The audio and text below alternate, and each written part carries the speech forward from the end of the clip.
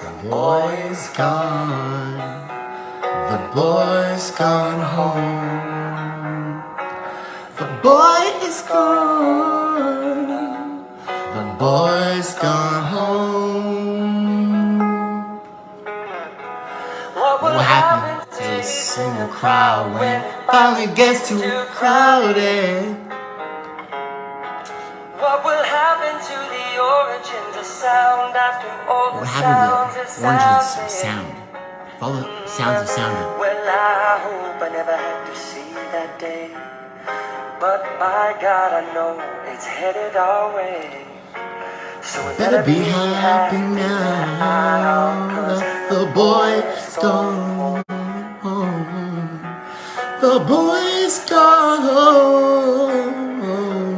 The boy's gone.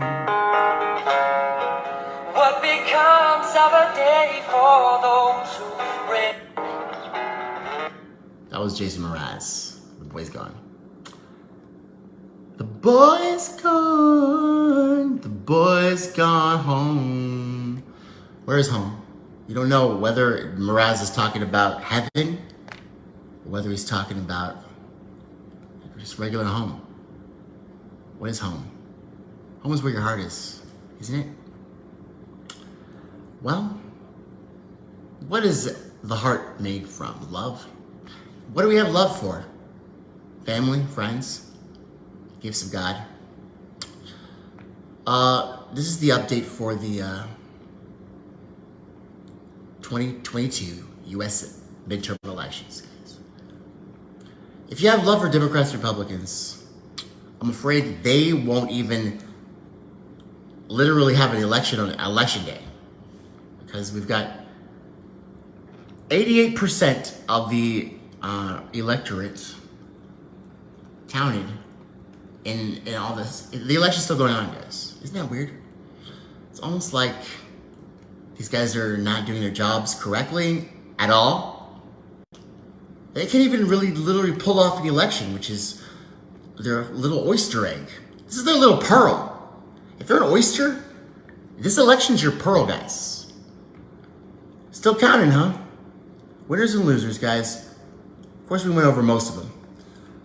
The things you need to realize is, of course, nothing's changed. Except for there's been more people in the Senate that have been called.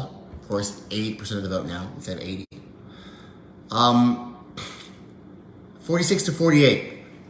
That's what the Associated Press has on Google.com. That's in the Senate. Then we've got the U.S. House of Representatives. They're getting shellacked, bro. It's not even over. But, guys, 184 Dems, 207. Toasted. How many is that? I'm not a math surgeon. It's 20, almost 20, right? Even more. More than 20, right? Okay, so in the Senate, 46 to 48. Kamala Harris can't break a tie anymore. Boop, boop, boop, boop, choo. Are you got it back like a ramrod now, Kamala? We'll see. We'll see what happens now, guys. Like I said, I'm really looking forward to what happens now. Because if y'all don't remember, there was somebody in his last interview, he had tuberculosis. His name was George Orwell. He did a dystopian future novel called 1984. And he really had some things to say about, these kind of recurring circumstances. So, I don't mean to scare anybody, guys. But y'all should really hear this. Y'all should really hear this. Oh my God, they're gonna make me play a YouTube commercial. You ready for this? What is it gonna be about? United Healthcare? Who knows? Please stand by. We're trying to manufacture a narrative real quick, guys. Hold down. But he left one final warning. 1984 is, I believe, a quite terrifying masterpiece. So terrifying, in fact, I don't think I should like to read another like it. I'm not absolutely dissatisfied with it. I think it is a good idea, but the execution would have been better if I had not been under the influence of TB when I wrote it. You once claimed that you have an ability to face unpleasant facts. Is that what you demonstrated in 1984 by drawing an accurate portrait of the future? I think that allowing for the book being, after all, a parody, something like 1984 could actually happen. This is the direction the world is going in at the present time. In our world, there will be no emotions except fear, rage, triumph, and self-abasement. The sex instinct will be eradicated. We shall abolish the orgasm. There will be no loyalty except loyalty to the party. But always there will be the intoxication of power. Always, at every moment, there will be the thrill of victory, the sensation of trampling on an enemy who is helpless. If you want a picture of the future, imagine a boot stamping on a human face forever. Imagine a boot stamping on a human face forever, guys. Forever wars. Regime change wars. Imagine a boot stamping on a face forever. Forever ever? No, not in a place where we, have more people incarcerated per capita than any other country in the world. Not a place where we have two parties completely dedicated to their campaign finance contributions and their recurring war chests in elections. And they listen to those people. They don't listen to the will of the American people. What do you think about that? Is that a boot that could be stamping on people's necks? The moral to be drawn from this dangerous nightmare situation is a simple one. Don't let it happen. It depends on you. You're goddamn fucking right, does Orwell. I won't let it happen, bro. So guys, it's really clear at this point that these two parties don't give a shit about us. I know that you're tired of hearing me say it, but I'll never stop saying it, guys. I'll never stop. Because it's true. We've been warned, and